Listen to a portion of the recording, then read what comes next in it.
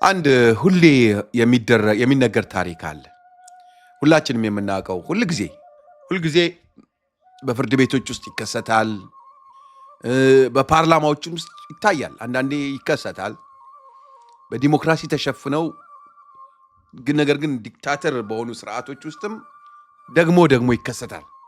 ባለስልጣን የሆነ ወንጀል የሰራ በእውነት ሲጋለጥ በማስረጃ እጅ ከፍንጅ ሲያዝ ወደ ህዝብ ዞር ይልና አትጨነቁ፣ እውነት ስለመናገሬ ምስክር አለኝ ይላል። በመተማመን ስሜት ይናገራል፣ በእርግጠኝነትም ይምላል። የጠራው ምስክርም እንደሚያድነው ስለሚያምን አይፈራም። ይህ ሲሆን አንዳንድ ጊዜ ምስክሩ ዝም እንዲል ይደረጋል። አንዳንድ ጊዜ ደግሞ ምስክሩ ይጠፋል። አንዳንዴ ደግሞ ምስክሩ በገንዘብ ቀድሞ ስለተገዛ ለባለስልጣን ሲል ይዋሻል። አንዳንዴ ደግሞ እውነት ተናግሮ እንዳይጠፋ ለህይወቱ ስለሚፈራ ለባለስልጣኑ ያልነበረ ታሪክ ይመሰክራል። ነገር ግን በማይጠበቅ ሁኔታ ታሪክ አንዳንድ ጊዜ ራሱ ያልጠበቅነውን ስጦታ ይሰጠናል። አንዳንዴ ምስክርም እውነት ይናገራል። ምስክር እውነት ሲናገር የተቆለለው የባለስልጣኑ ውሸት በህዝብ ፊት ይፈርሳል። እንግዲህ በዚህ ሳምንት የተከሰተውም ይኸው ነው። ጠቅላይ ሚኒስትር አብይ በፓርላማ ፊት ቀርቦ ለኢትዮጵያውያን በጥንቃቄ ያዘጋጀውን ታሪክ ተረከልን። የተረከልን ታሪክ በግፍና በገፍ የፈሰሰን ደም በፈጠራ ትርክት ለማጠብ የተሞከረ ሙከራ ነበር። ሙከራው የተሰሩትን ወንጀሎች አንድ ባንድ በመናዘዝ የታጀበ ነበር። ሲሰሙት ለጆሮ ይከብዳል፣ ይሰቀጥጣል። እንዲህ ሲል ጀመረ። የኤርትራ ጦር ከኋላ ኋላ ተከትሎ ሽሬ ገብቶ የአንዳንድ ሰዎችን ግለሰቦች ቤት ማፍረስ፣ ፎቅ ማፍረስ ሲጀምር ጸብ ተጀምሯል። አልተናገርንም እንጂ የኤርትራ ኃይሎች በትግራይ ንጹህ ወጣቶች ላይ ጭፍጨፋ ፈጸሙ። እኛም ይህን እናውቅ ነበር። የኤርትራ መንግስትም ይህን እንዲያቆም በሚል መጣላት ጀመረናል። በኑዛዜው ይቀጥልና አክሱም ላይ የነበረውን ጭፍጨፋም እንዲህ ሲል ያስረዳናል። ያቅ እንደነበርም አስረግጦ ይነግረናል። አክሱም ይዘን ስናልፍ አክሱም ገብቶ ወጣቶች በጅምላ ሲረሽን ጸብ ተፋፍሟል። አብይ ኑዛዜውን ይቀጥላል። አድዋም ላይ ፋብሪካ ተነቅሎ ሲሄድ እናቅ ነበር ይለናል። አድዋን ይዘን ስናልፍ አድዋ ሄዶ ፋብሪካዎች ሲፈታታ ሲሰርቅ ጸብ ተጋግሏል። አብይ ይቀጥልና ይግረማችሁ ብሎ ለዚህ ሁሉ ወንጀል የኢትዮጵያ መንግስት መልስ ጸብ ማጋጋል ነበር ይለናል። ለዚህም ክሬት እንድሰጠው ለሀገር ለወገን መቆሙን እንድናመሰግነው ይፈልጋል። ለዚህም ምስክር ይጠራል። መልእክተኞችም ልኬ ጭፍጨፋ አቁሙ አልኩ አለ። እኔ ይሄንን ግፍ ለማስቆም ጥረት ስለማድረጌም የማይዋሸው ባለማተቡ ይመሰክርልኛል አለ። አልተረጣጠረም። ምናልባት ሊመሰክርልኝ ይችላል አላለም። ሊመሰክርብኝ ይችላል አላለም። ላይመሰክር ይችላል አላለም። ገዱ አለ፣ በህይወት አይዋሽም አለ። አቶ ገዱ አሁን እኛ ጋር የሉም፣ ግን ክር አላቸው፣ ህሊና አላቸው። ይህንም ሲል በሌላ አነጋገር ምስክር አለኝ፣ እውነተኛነቴን መስክሮ ከተጠያቂነት ያድነኛል በሚል አደገኛ ግን የለመደውን የመዋሸት ቁማር መጫወቱ ነበር። አያችሁ፣ ይህን ሲያደርግ ምስክሩ ይዘው የሚመጣውን አደጋ አላጤነም ነበር።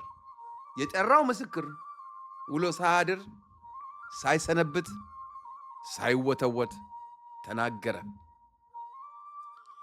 የሐሰት ትንግርቱም በአንድ ቀን ውስጥ ፈረሰ። ከአዲስ አበባ አይደለም፣ እውነት መናገር ኃጢአት ከሆነበት ከመንግስት መድረክ አይደለም፣ ከስደት ካለበት ከስደት እውነት ብዙ ጊዜ ከሚነገርበት ከባህር ማዶ ነበር ምስክርነቱ የተሰጠው። ይህ ምስክርነትም አይናችን ስር የጠቅላይ ሚኒስትሩን የነገረንን ታሪክ በሙሉ አፈረሰው።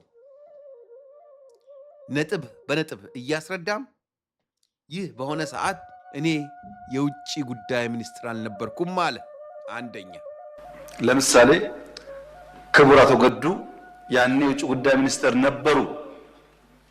በዚያ ጊዜ የውጭ ጉዳይ ያልነበረ ሰው ሚኒስትር ነበረ ማለት የጠቅላይ ሚኒስትሩ የመጀመሪያ ውሸት ነበር። አንድ በሉ እንግዲህ ገና ካነሳሱና ከመሰረቱ ነው የጠቅላይ ውሸት መፍረስ የጀመረው። ይሄ እንግዲህ ፖለቲካ አይደለም፣ የትርጉም ስህተትም አይደለም። ይሄ በመረጃ የተደገፈ ሀቅ ነው፣ እውነት የሚባለው ነው። ሁለተኛውና ዋናው ነጥብ ገዱ ያጋለጠው ዋናው ውሸት ነው። ገዱ ቃል በቃል የተላኩት መልእክት ጭፍጨፋ ስለማስቆም አልነበረም አለ። እንደገና አንብቡት። የተላኩት ስለ መግደል ማቆም ለመነጋገር አይደለም አለ። ግፍን ለመቃወምም አይደለም አለ። ኤርትራንም ፊት ለፊት ለመጋፈጥ አይደለም አለ። ይዤ የሄድኩት መልእክት ለተገኘው ወታደራዊ ድል የኤርትራን መንግሥት ላመሰግን ነበር። የተባልኩትም ሕዝባቸውን አመስግን፣ የጋራ ድሉንም አብረህ አክብር ተብዬ ነበር። ያደረግኩትም ይሄንን ነው ይላል። የኤርትራ ኃይሎች ከኢትዮጵያ ይውጡ ብዬ ልጠይቅ ስልም እንዳትጠይቅ ተባልኩ። እንግዲህ የገዱ ምስክርነት በዚህ አላበቃም። ጠቅላዩ ጠላቶቻችን የሚሏቸው ስለሚፈጸመው ወንጀል ብዙ ነገር እያሉ ስለሆነ በኃላፊነት እንዳንጠየቅ አደራ ጥንቃቄ አድርጉ ብለህ ንገርልኝ የሚል መልእክትም ነግረውታል። እንግዲህ የጠቅላዩ ሌላው ውሸት ይሄ ነው። ከተጠያቂነት ለማምለጥ ከፖለቲካ ኪሳራ ለመዳን እንጂ ተጨፈጨፈ ላሉት ሕዝብ ቆመው ወይም ግፍን ፈርተው አልነበረም። ደጉ ይላል ቃል በቃል የተባልኩት እንዲጠነቀቁ ንገራቸው፣ ጠላቶቻችን ፕሮፓጋንዳ እንዳያደርጉብን እንድል ነው። ይህ ሞራልም አይደለም፣ ይህ ሰብአዊነት አይደለም፣ ይህ ገጽታን ጥበቃ ነው። ፒሪየድ። አትግደሉ አይደለም፣ እንዳንያዝ ተጠንቀቁ ነው የጠቅላዩ መልእክት። አያችሁ፣ ታሪክ አይፋቅም፣ አይረሳም። ጠቅላይ ሚኒስትሩ እንዲህ አለ፣ ገዱ አይዋሽም። እሳቸው አክሰስ ይደረጋሉ፣ ሊናገሩ ይችላሉ፣ ለክራቸው ሲሉ ለእምነታቸው ሲሉ ማለት ነው፣ ለምን ጉዳይ እንደሄዱ። በዚህ ላይ እኛም እንስማማለን። አዎ ገዱ አልዋሸም፣ አይዋሽም ማለትም ጠቅላይ ሚኒስትሩ ዋሽቷል ማለት ነው። በሕዝብ ፊት በፓርላማ ፊት ምስክር ጠራ፣ መሰከረ፣ መስክሯል። ይህ ከእንግዲህ በኋላ እንደኔ ምላሹ የፖለቲካ አይደለም። ይህ ስለ እውነት ትውልድ የማይቅር የማይለው ተጠያቂነት ያለበት ወንጀል ነው። በግፍ ደምን ያፈሰሰን የሚያጋልጥ ታሪካዊ የማይጠፋ ምስክርነትም ነው የተሰጠው። ምስክሩ እውነቱን ተናግሯል፣ ውሸቱም ተንዷል። የማይቀረው የፍርድ ቀን እየቀረበ ሲመጣ ለካ እንደዚህም ያናዝዛል። አመሰግናለሁ ስላዳመጣችሁ።